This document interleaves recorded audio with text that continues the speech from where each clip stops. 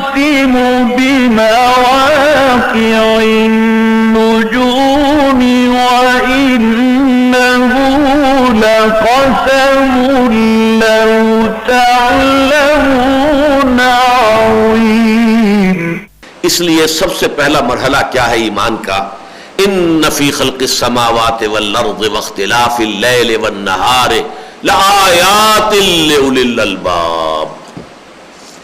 یقیناً آسمانوں اور زمین کی تخلیق میں اور دن اور رات کے فرق و تفاوت میں اور الٹ پھیر میں، اختلاف کے دو معنی ہیں۔ اختلاف ایک تو یہ کہ فرق، اس معنی میں قرآن مجید میں آیا ہے لفظ وضاحت کے ساتھ سورہ روم میں اللہ تعالیٰ کی آیات میں سے وَمِنْ آیَاتِهِ اخْتِلَافُ أَلْسِنَتِكُمْ وَأَلْوَانِكُمْ، تمہاری زبانیں اور تمہارے رنگ کتنے مختلف ہیں، کوئی سرخ و سفید رنگت کا ہے، کوئی سیاہ فام ہے، کوئی زرد روح ہے، یہ اختلاف فرق ہے۔ اور ایک اختلاف کا لفظ بنا خلف سے، خلف کہتے پیچھے کو، تو جیسے کہ کوئی شے کسی کے پیچھے لگی ہوئی ہو، یہ اختلاف ہے۔ دن رات کے پیچھے لگا ہوا ہے اور رات دن کے پیچھے لگی ہوئی ہے، یہ الٹ پھیر کہ جب دن آتا ہے تو گویا کہ دن کا تعاقب کرتے ہوئے رات چلی آ رہی ہے، اور رات آتی ہے تو رات کا تعاقب کرتے ہوئے دن چلا آ رہا ہے۔ ان فی خلق السماوات والارض واختلاف اللیل والنہار، یقیناً آسمان اور زمین کی تخلیق میں اور رات اور دن کے الٹ پھیر میں، یہ رات اور دن کے فرق و تفاوت میں بڑا فرق و تفاوت ہے۔ رات جو ہے تاریک ہے، دن روشن ہے۔ رات حرکت آرام کے لیے ہے، دن بھاگ دوڑ کے لیے ہے۔ ان فی خلق السماوات والارض واختلاف اللیل والنہار لآیات، یقیناً نشانیاں ہیں، آیات ہیں، لأولی الالباب، ہوش مند لوگوں کے لیے۔ ایک تو سمجھ لیجئے آیت کسے کہتے ہیں؟ آیت نشانی، نشانی سے مراد کیا ہے؟ وہی شے جسے دیکھ کر کوئی اور شے یاد آ جائے، خود بخود یاد آ جائے، وہ اس کی نشانی ہے۔ سادہ ترین مثال یہ ہے کہ آپ کو اگر کسی نے آپ کے دوست نے، عزیز نے کسی وقت وہ بہت قیمتی قلم آپ کو دیا تحفے میں، اور آپ نے سمجھا کہ یہ قلم بہرحال اتنا قیمتی ہے، عمدہ ہے، دوست نے کہا تو اس کو سنبھال کے رکھ دیا، وہ آپ کے ٹرنک میں پڑا ہوا ہے، سال ہا سال گزر گئے ہیں، نہ دوست سے ملاقات ہوئی، نہ اس کا خیال آیا، کبھی بھی نہیں۔ اچانک کسی روز آپ اپنا وہ ٹرنک کھول رہے تھے، کپڑے الٹ پلٹ کر رہے تھے، وہ قلم آپ کی نگاہوں کے سامنے آ گیا، فوراً آپ کو اپنا دوست یاد آ جائے گا یا نہیں؟ یہ ہے یاد آ جانا۔ اس کے اندر گویا کہ یہ چیز مضمر ہے، کوئی شے اندر ہے، تھی، دوست کی یاد یا دوست کی علم جو ہے وہ آپ کے ذہن میں، آپ کے فکر میں، آپ کی سوچ میں تھا، لیکن نیچا گہرائی میں اتر گیا تھا۔ جیسے یہ ضلع کچہریاں ہوتی ہیں تو اس میں ایک دفتر ہوتا ہے کہ جس میں فائلیں ڈمپ ہوتی ہیں، محافظ خانہ۔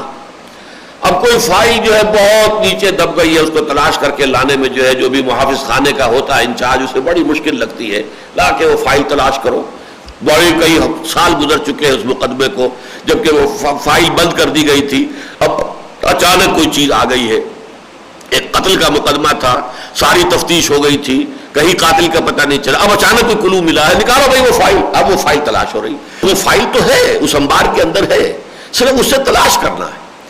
اسی طرح کوئی چیز آپ کے ذہن میں ہے، آپ کے دل میں ہے، آپ کے قلب میں ہے، آپ کی یادداشت کے اندر ہے، لیکن ہے کہیں گہرائی کے اندر، اسے اوپر لانے کے لیے نشانی ہوتی ہے کہ نشانی کو دیکھتے ہی، کسی دلیل کے تحت نہیں، اس قلم کو دیکھ کر آپ کو اپنا دوست یاد آیا، کسی دلیل سے نہیں یاد آیا، کوئی اس کے لیے مینٹل پروسیس نہیں تھا، کوئی آپ کا ارادہ نہیں تھا، کوئی آپ نے اس کو قدم بقدم منطقی جو ہے سفر طے کر کے یاد نہیں کیا ہے، اس میں کوئی تکلف نہیں ہے آپ کا، اس میں آپ کی کسی ایفرٹ کو دخل نہیں، خود بخود یاد آ جانا، یہ ہے تذکر جسے قرآن کہتا ہے، اور آیات کہتے ہیں نشانیوں۔ یہ جو پہلی آیت ہے اس جگہ پر، اب میں ذرا آپ کو حوالہ دینا چاہتا ہوں، اور یہ ان دو صورتوں کے باہمی ربط و تعلق پر بہت خوبصورت ایک اور بہت سی چیزیں آ چکی ہیں، کتنے مضامین مشترک ہیں سورہ بقرہ کے، سورہ آل عمران کے، جنہیں کہ حضور نے ایک نام دیا ہے الزہراوین، دو انتہائی تابناک صورتیں، اس کے اندر جو ہے یہ صورتیں جو جوڑے کی شکل میں ہے۔ تو سورہ بقرہ کا بھی جو 20واں رکوع ہے اس کی پہلی آیت کیا ہے ذرا یاد کیجئے۔ دیکھیے عجیب بات ہے، سورہ آل عمران کی 20ویں رکوع کی پہلی آیت ابھی ہم نے پڑھی، ان فی خلق السماوات والارض واختلاف اللیل والنہار لآیات لأولی الالباب. یہ کیا آیت ہے؟ سورہ بقرہ کے 20ویں رکوع کی پہلی آیت. ان فی خلق السماوات والارض واختلاف اللیل والنہار والفلک التی تجری فی البحر بما ينفع الناس وما انزل اللہ من السماء من ماء فاحیا به الارض بعد موتها وبث فيها من كل دابة وتصريف الرياح والسحاب المسخر بين السماء والارض لآیات لقوم یعقلون. وہی آیت ہے زیادہ مفصل. یقیناً دن اور رات، یقیناً آسمان اور زمین کی تخلیق میں اور دن اور رات کے الٹ پھیر میں یا فرق و تفاوت میں، اور اس کشتی یا جہاز میں کہ جو سمندر میں یا دریا میں چلتا ہے، ایسا سامان لے کر جس سے لوگوں کو فائدہ پہنچتا ہے، کہیں کا سامان کہیں پہنچ رہا ہے، اور اس میں کہ جو اللہ نے آسمان سے پانی اتارا اور پھر اس کے ذریعے سے زمین کو اس کے مردہ ہو جانے کے بعد اثر نو زندہ کر دیا، اور پھر اس میں کہ اس میں اللہ تعالیٰ نے ہر طرح کے چوپائے جو ہے پھیلا دیے، اور پھر ہواؤں کے چلنے میں تصریف الریاح، کبھی وہ مشرق سے مغرب کو چل رہی ہیں، کبھی مغرب سے مشرق کو چل رہی ہیں، والسحاب المسخر بین السماء والارض، اور ان بادلوں میں کہ جو آسمان اور زمین کے درمیان معلق ہے، مسخر ہے، لآیات یقیناً نشانیاں ہیں، لقوم یعقلون ان لوگوں کے لیے کہ جو عقل سے کام لیں. اب یہاں بات ایک اور واضح ہو جائے، القرآن یفسر بعضہ بعضا. یہاں فرمایا لقوم یعقلون، وہاں فرمایا لأولی الالباب. اس کا مطلب ہے یہ دونوں ہم معنی ہیں. لقومی یعقلون، یہ تو لفظ عقل جو ہے یہ تو ہر شخص جو ہے سمجھتا ہے اچھی طرح سے، عقل سے کام لینے والے لوگ. اور وہاں لب کسے کہتے ہیں؟ لب عربی زبان میں کہتے ہیں کسی شے کا مغز، اس کا اصل جوہر، اصل ایسنس لب. آپ کسی شے میں سے کشید کر لیتے ہیں، یہ عرق گلاب آپ نے کشید کر لیا تو گلاب کا ایسنس اس کے اندر آ گیا ہے. فلاں شے کا عرق جو ہے آپ نے کشید کر لیا ہے، یہ لب ہے. لب کی جمع الباب. انسان کی لب کیا ہے؟ انسان در حقیقت حیوان عاقل ہے، لہذا اس کی جو اصل لب ہے، لب لباب جسے ہم کہتے ہیں، کوئی بحث ہوئی ہے بڑی لمبی بحث، بھائی اس کا لب لباب یہ ہے، اس کا خلاصہ یہ ہے، اس کا حاصل یہ ہے. تو انسان کی اصل شخصیت جو ہے، اس کی اصل، اس کا ایسنس جو ہے وہ عقل ہے، سوچنے والی شے.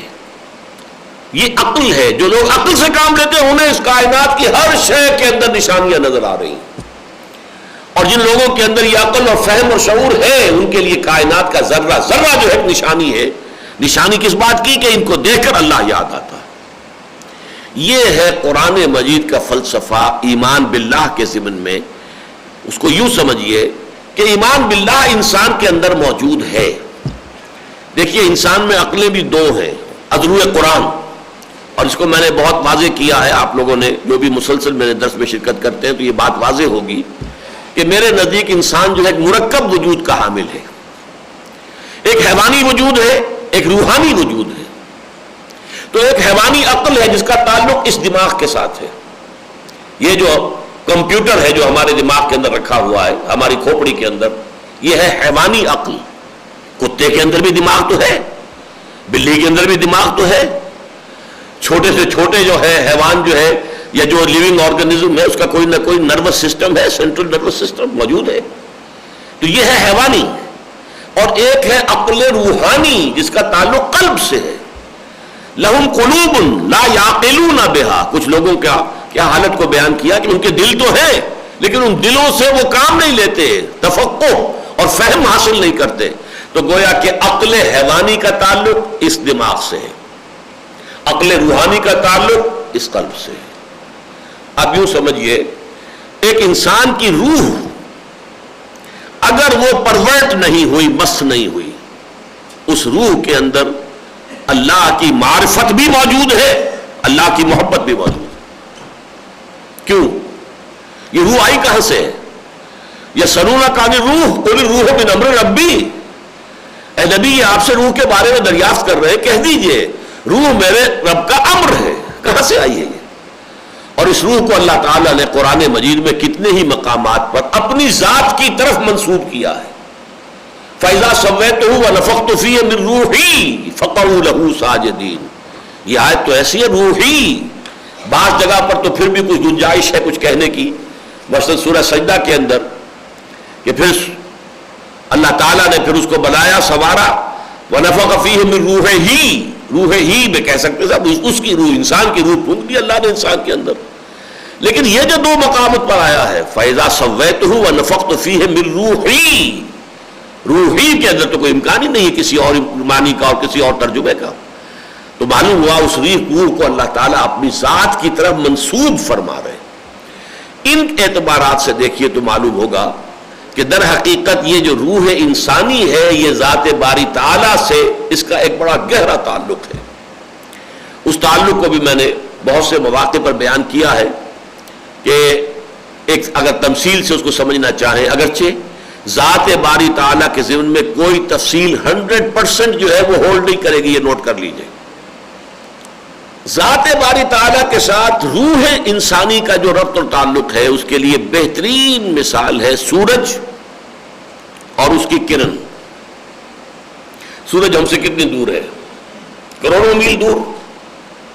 اس کی جو کرن وہاں سے چلی ہے یہاں تک پہنچ گئی زمین تک، اور زمین راستے میں حائل نہ ہوتی تو اور آگے جاتی ہو، تو زمین حائل ہو گئی تو زمین کے اندر آ گئی.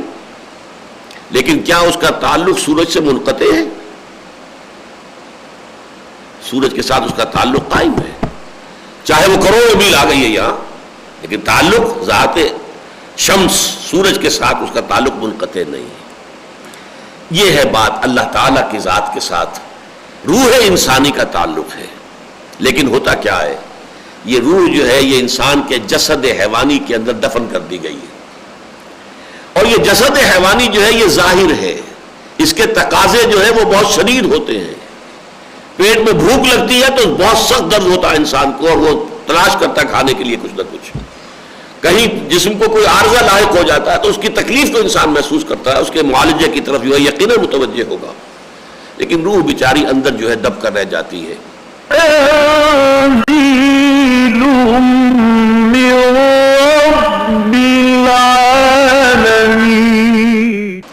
تو یہ ہے صورتحال. کچھ لوگ وہ ہیں جن کی روحیں زندہ رہتی ہیں، ان کے اندر وہ معرفت ربانی بھی ہے، اگرچہ ڈورمنٹ ہے، سوئی ہوئی ہے. لیکن یہ کہ جیسے ہی آیات کی طرف اشارہ کیا جاتا ہے، ذرا دیکھو، کھول آنکھ، زمین دیکھ، فلک دیکھ، فضا دیکھ، ان کو دیکھ کر اگر اللہ یاد آ گیا، اگر تو تمہارے اندر وہ روح جو ہے وہ بالکل مر نہیں چکی ہے تو اللہ یاد آ جائے گا. کسی دلیل سے نہیں منوایا جا سکتا. وہی کانٹ جو ہے جس نے کہا ہے کہ کوئی دلیل جو ہے منطقی اللہ تعالیٰ کے وجود کو ثابت نہیں کر سکتی، ٹیلیولوجیکل، آنٹولوجیکل، کاسمولوجیکل، کوئی بھی دلیل نہیں. لیکن وہی کہتا ہے کہ ہاں دو چیزیں ایسی ہیں، the starry heavens above and the moral law within. ایک تو یہ کہ ہمیں جو اب آسمان جو ستاروں سے بھرا ہوا ہے یہ یقیناً کوئی اشارے کر رہا ہے کہ کوئی ہے، کوئی معشوق ہے اس پردہ زنگاری میں، کوئی ہستی ہے جو چھپی ہوئی ہے، کوئی ہے جس نے سب کو پیدا کیا ہے. لیکن میں اگر منطقی دلیل کے طور پر کہوں گا تو آپ فوراً جواب دیں گے کہ اس کو کس نے پیدا کیا ہے. بات ختم ہو جائے گی، آپ کو چپ ہونا پڑے گا، منطق کو منطق کاٹ دے گی. لیکن یہ کہ واقعتاً اگر آپ اپنے اندر جھانکیں گے آپ کو اپنے دل میں وہ احساس نظر آئے گا اگر روح مر نہیں گئی ہے. ہاں اگر روح دبی ہوئی ہے تو ہو سکتا ہے ذرا وقت لے، پردے ہٹنے کے اندر وقت لگ جائے. ابو بکر کی روح بیدار تھی، اس نے فوراً قبول کیا. عمر کی روح کو وقت لگا، 6 سال لگ گئے. حمزہ کی روح کو 6 سال لگ گئے رضی اللہ تعالی عنہم اجمعین. عثمان کی روح بیدار تھی. اگر زید زندہ ہوتے ان کی روح بیدار تھی، لپٹ کر وہ گویا کہ دوسرے صدیق اکبر ہوتے اس امت کے اگر زندہ رہتے، اور حضور صلی اللہ علیہ وسلم کا دور رسالت انہیں نصیب ہو گیا ہوتا، جن کے بیٹے حضرت سعید ہیں. بہرحال باپ کا معاملہ ہے نا، پتا پر پوت پتی پر گھوڑا، بہت نہیں تو تھوڑا تھوڑا. سعید ابن زید عشرہ مبشرہ میں سے ہے، چوٹی کے 10 صحابہ میں سے ہے، زید کے بیٹے ہیں جو موحد کامل بن چکا تھا اس سے پہلے کہ حضور پر وحی آئی ہو. یہ ہے در حقیقت یہ ایمان باللہ کا معاملہ کہ جن لوگوں کی فطرت صحیح ہے، اور فطرت سے مراد روح، دیکھیے میں نے جو کہا تھا کہ انسان کا ایک حیوانی وجود ہے، اس حیوانی وجود کے لیے لفظ فطرت ہم استعمال کر دیتے ہیں، غلطی سے کرنا نہیں چاہیے. اس کے لیے لفظ ہوگا سرشت، خلقت.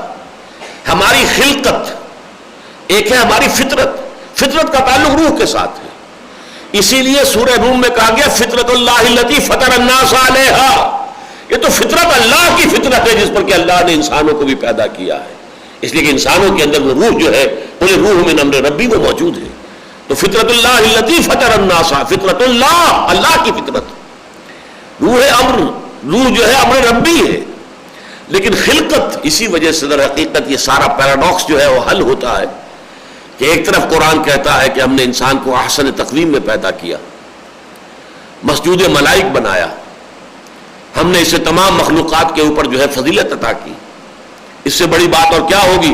سارے فرشتے جھکا دیے گئے آدم کے سامنے. لیکن اسی انسان کے بارے میں قرآن یہ بھی کہتا ہے خلق الانسان ضعیفا، انسان پیدا کیا گیا ہے کمزور. خلق الانسان من عجل، انسان کی خلقت میں جلد بازی جو ہے یہ اس کی سرشت کے اندر موجود ہے. یہ عجول ہے. یہ کیوں کہا گیا خلق الانسان من عجل؟ خلق الانسان ضعیفا، خلق ہلوعا، بہت تھردلا پیدا کیا گیا انسان.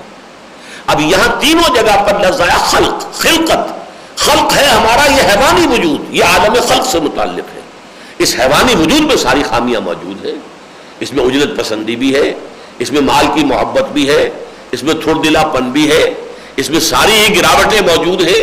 لیکن ایک ہماری روح ہے، وہ ہے احسن تقویم. لقد خلقنا الانسان فی احسن تقویم. وہ روح ہے در حقیقت. تو فطرت کا لفظ جو ہے جو سورہ روم میں آیا ہے فطرت اللہ التی فطر الناس علیہا، اس کا تعلق اس روح کے ساتھ ہے. ہمارا روحانی وجود، اس روح کے اندر اللہ کی معرفت موجود ہے، لیکن سوئی ہوئی ہے، ڈورمنٹ ہے.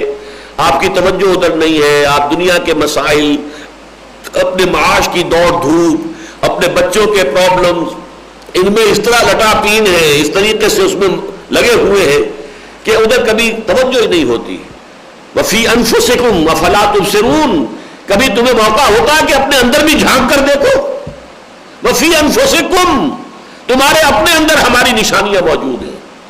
یہ ساری نشانیاں جو ہم نے پڑھی ہیں یہ تو آفاقی نشانیاں ہیں. ان فی خلق السماوات والارض واختلاف الليل والنهار والفلك التي تجري في البحر بما ينفع الناس وما انزل الله من السماء من ماء فاحيا به الارض بعد موتها وبث فيها من كل دابة وتصريف الرياح والسحاب المسخر بين السماء والارض لآيات لقوم يعقلون. یہ سب آفاقی ہیں لیکن تمہارے اپنے اندر بھی ہیں. وفی الارض آیات للسائلین وفی انفسکم افلا تبصرون، تمہارے اپنے اندر موجود ہیں ہماری نشانیاں. کبھی تم نے اپنے اندر جھانک کر دیکھا بھی ہے؟ اپنے من میں ڈوب کر پا جا سراغ زندگی. علامہ اقبال جب کہتے ہیں اپنے من میں ڈوب کر پا جا سراغ زندگی. اور بے دل نے تو جس کیفیت میں کا شعر وہ کہا ہے، میں حیران ہوتا ہوں کہ وہ کس عالم میں ہوگا اس وقت. ستم است گر حوست کشد کے بے سیر سر و سمندرا تجھے غنچہ کم نہ دمی دئی در دل کشا بچمن درا. بڑے ستم کی بات ہے کہ تمہیں تمہارا نفس آمادہ کرتا چلو ذرا سیر کریں، باغ میں چلیں، پھول کو دیکھیں، گلاب کا پھول کھلا ہوگا اور چمیلی کی کلیاں ہوگی، سب کچھ ہوگا، چلو چل کے دیکھتے ہیں. تمہیں کبھی یہ خیال نہیں آیا کہ تم خود ایک چمن ہو اور تمہارے اندر ایک باغ ہے. کبھی دل کا دروازہ کھولو اور اس کے اندر جو روح ہے اس روح کی کبھی سیر کرو تو تمہیں معلوم ہو کہ اس کے اندر کس قدر خوبصورت چمن آباد. ستم است گر حوست کشد کہ بسیر سر و سمندرا تجھے غنچہ کم نہ دمی دئی در دل کشا بچمندرا. یہ آیات ہے فطرت انسانی. اس فطرت انسانی کے اندر اللہ کی معرفت بھی ہے، اللہ کی محبت بھی ہے، البتہ ڈورمنٹ ہے، سوئی ہوئی ہے. آیات قرآنی آتی ہیں اسے چھیڑتی ہیں، تاروں کو، دل کے تاروں کو چھیڑتی ہیں اور وہاں سے پھر سانس نکلتا ہے وہی ایمان باللہ کا. اللہ تعالیٰ کی ذات اور اس کی صفات کمال جو ہے اس کا اثبات و ادراک جو ہے اس کا جو نغمہ ہے وہ نکلتا ہے انہی تاروں کے. ایک ذرا چھیڑ تو دے زخمہ مضراب حیاس. نغمے بیتاب ہے تاروں سے نکلنے کے لیے، دل کے اندر وہ تار موجود ہیں، کبھی ان کو چھیڑو، یہاں سے پھر وہ نغمہ جو ہے ابدی توحید کا نغمہ جو ہے وہ خود بخود نکلے گا، برآمد ہوگا۔ یہ ہے در حقیقت سورہ آل عمران کے آخری رکوع کی پہلی آیت، اور سورہ بقرہ کے بھی 20ویں رکوع کی پہلی آیت۔ اس کا حاصل کیا ہے کہ در حقیقت اس کائنات کا ذرہ ذرہ اللہ کی نشانی ہے، اس کو دیکھ کر اگر اللہ یاد آ گیا تو بس یہی طریقہ ہے ایمان باللہ کا۔ کوئی ذرا سویا ہوا تھا، آپ نے توجہ دلا، بھائی دیکھو میاں، دیکھو ذرا اس قلم کو دیکھو، تمہیں کوئی یاد نہیں آیا؟ ہو سکتا ہے کہ وہ ذرا آپ کی یادداشت کچھ زیادہ ہی گہرائی کے اندر بات چلی گئی ہو، قلم کو دیکھتے فوراً یاد نہ آئے، لیکن یہ کہ کوئی آپ سے کہتا دیکھو اس قلم کو، دیکھو، وہ تمہیں یاد نہیں آیا دیکھ کر اس کو؟ اس معنی میں قرآن کہتا ہے آسمان کو دیکھو، زمین کو دیکھو۔ افلا ينظرون الى الابل كيف خلقت، کیا یہ دیکھتے نہیں ہیں اونٹ کو کہ کیسے پیدا کیا گیا ہے، کیسے وہ اپنے ماحول کے ساتھ مطابقت رکھتا ہے، ایک ایک ہفتے تک نہ کھانے کو ملے نہ پینے کو ملے اور چلتا رہے گا۔ اس کے پاؤں کیسے بنائے ہیں جو ریت میں دھستے ہی نہیں، آدمی چل نہیں سکتا اور اونٹ چل رہا ہے آرام سے مزے سے، اس کا پاؤں دھستا ہی نہیں ہے۔ یہ جو بنایا ہے، اس کی گردن اتنی اونچی بنا دی ہے کہ اور تو وہاں صحرا میں کچھ نہیں ہوگا، کہیں کہیں کیکر کے درخت ہوں گے تو یہ گردن اونچی کر کے اسی میں سے پتیاں جو ہے وہ توڑ کر کھا لے گا تو اس کے لیے ہو جائے گا، زمین پہ تو کچھ ہوگا ہی نہیں ہوگا۔ اللہ نے بنایا، افلا ينظرون، یہ دیکھتے نہیں، الى الابل كيف خلقت والى السماء كيف رفعت، آسمان کو کیسے اسے بلند کر دیا گیا، وَإِلَى الْجِبَالِ كَيْفَ نُصِبَتْ، اور یہ پہاڑ کیسے گاڑ دیے گئے زمین کے اندر، وَإِلَى الْأَرْضِ كَيْفَ سُطِحَتْ، زمین کو کیسے کہ اسے بچھا دیا گیا ہے۔ فَذَكِّرْ، تو اے نبی آپ یاد دہانی کرائیے۔ اب یہاں نوٹ کر لیجئے یہ لفظ دوسرا، تذکیر، یاد دہانی کرانا۔ آیت وہ جس سے کوئی شے یاد آ جائے، از خود یاد آ جائے تو کیا کہنے، گویا کہ ظہور کا پردہ زیادہ گہرا نہیں تھا، زیادہ موٹا نہیں تھا، زیادہ دبیز نہیں تھا، لیکن یہ کہ اگر از خود یاد نہیں آیا تو کسی نے توجہ دلا دی، دیکھو بھائی اس چیز کو دیکھو، کھول آنکھ، زمین دیکھ، فلک دیکھ، فضا دیکھ، مشرق سے ابھرتے ہوئے سورج کو ذرا دیکھ۔